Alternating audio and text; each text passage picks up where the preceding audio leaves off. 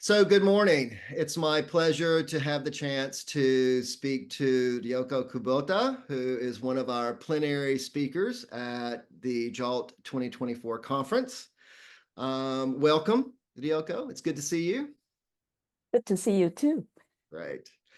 We're looking forward to having you join our conference. And for our viewers who may not be familiar with you or your work, could you give us a little bit of an overview of your area of expertise and your professional journey up to this point? Thank you, Richmond, for inviting me to this interview and JALT conference, the 50th conference. Congratulations, JALT. I attended one of earlier conferences when I was teacher in Japan in the 1980s.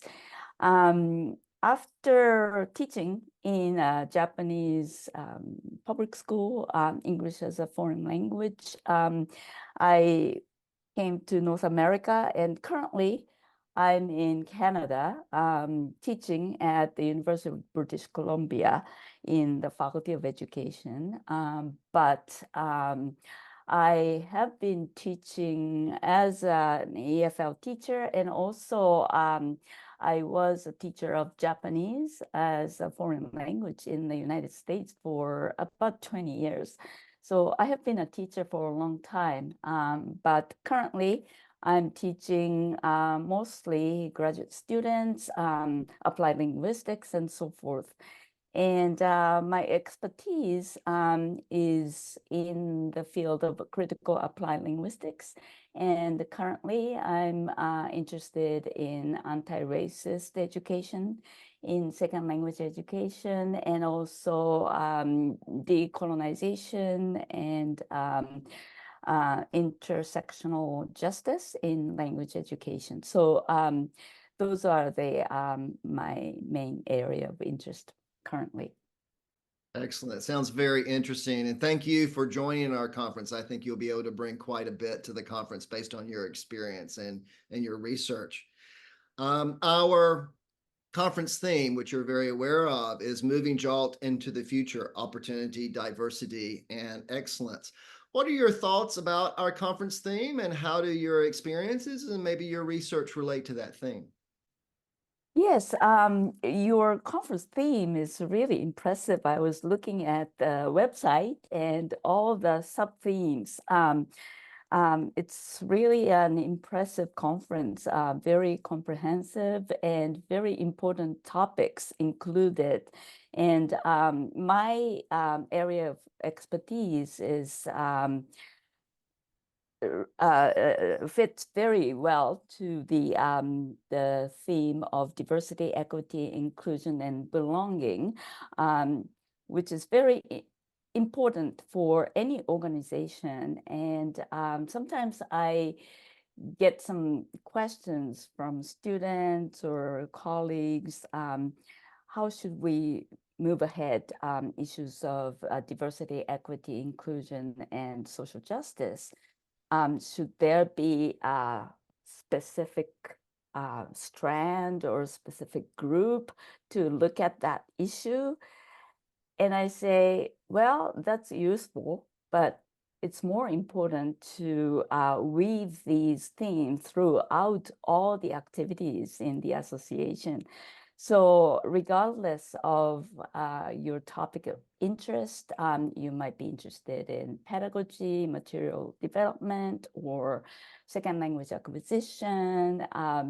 The theme of diversity, equity, inclusion, and belonging should be included in all of these strands and themes and activities. So yes, I think that the conference will be a very exciting event for everyone to think about these important issues. So. Excellent. Excellent. Now, you'll be doing a plenary for us at the conference and also a workshop. Could you speak to your plenary first and sort of give us some background about what you'll be speaking about, and related to our conference theme and your research, what are the major takeaways that you hope our audience will learn from your plenary? Yeah. I plan to talk about exactly the core theme of the conference, which is equity, diversity, inclusion, and belonging. So my plenary, I plan to talk about justice-affirming language teaching through Praxis. So justice-affirming language teaching, I mean, things such as critical pedagogies, anti-racism, decolonization, anti-colonization, and intersectional justice.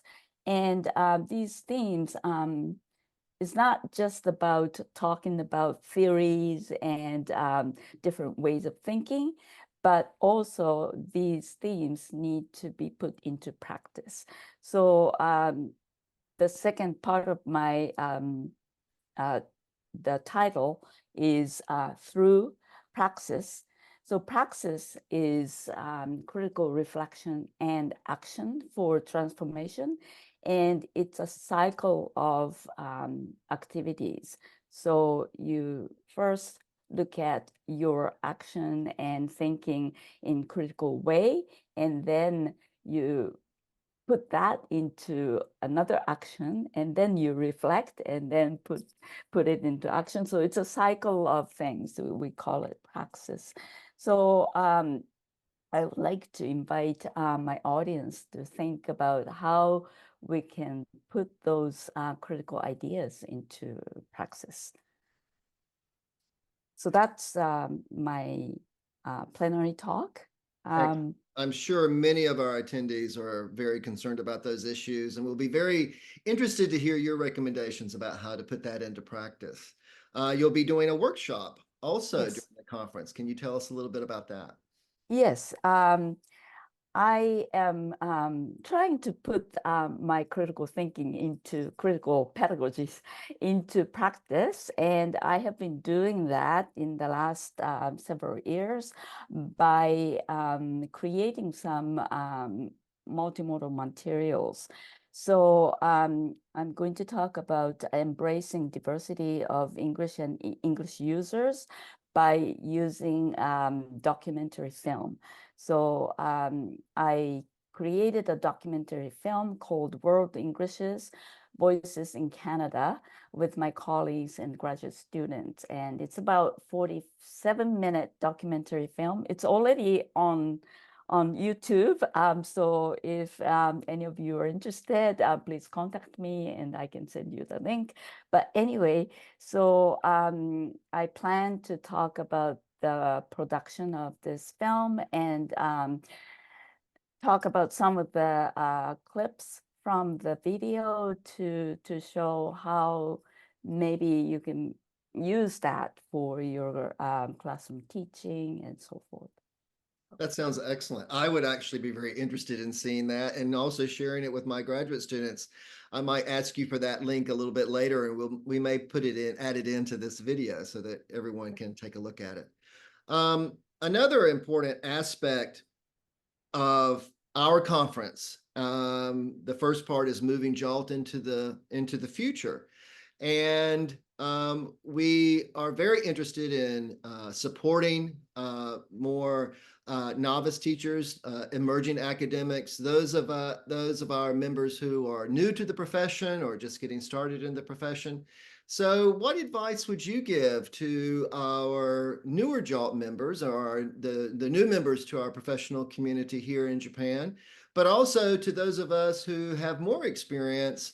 How could we best support and encourage our younger colleagues on their professional journey? Mm-hmm. That's a very important question. It seems that the teachers of English and teachers of other languages too, right? Because JALT is not just for teachers of English, but so the profession has been diversified. So the newer teachers would be from different countries, from different ethnic, racial, national backgrounds. So it's very important to, again, look at the issue of equity, diversity, inclusion, and access and belonging, so that these new teachers can feel comfortable belonging to the professional community. And in order to do that, more experienced professionals and teachers should develop the dispositions of valuing all these principles of, again, equity, diversity, inclusion, and belonging. So how to build that kind of welcoming community, I think that's the next big project for JALT, and I hope JALT will take it seriously and create a more welcoming environment for new teachers. Yes, definitely. I know that when I was working with the board of directors in JALT, and I know the current board of directors, it's a very important focus for JALT because we do want to welcome teachers from all linguistic and national backgrounds, regardless if they're English teachers or teachers of other languages. And that's the future of our association. So we're looking forward to developing our association in that way. Yeah, Anything else you'd like to add about coming to Japan, returning to Japan, I should say, for the conference?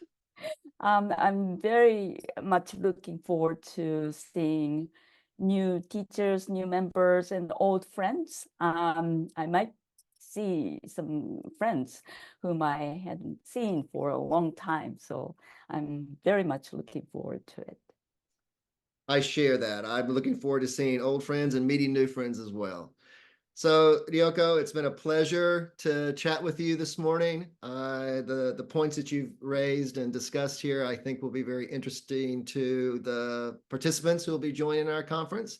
And I look forward to welcoming you to the JALT 2024 International Conference. Great. Thank you very much, Richmond. Right. See you soon. See you soon.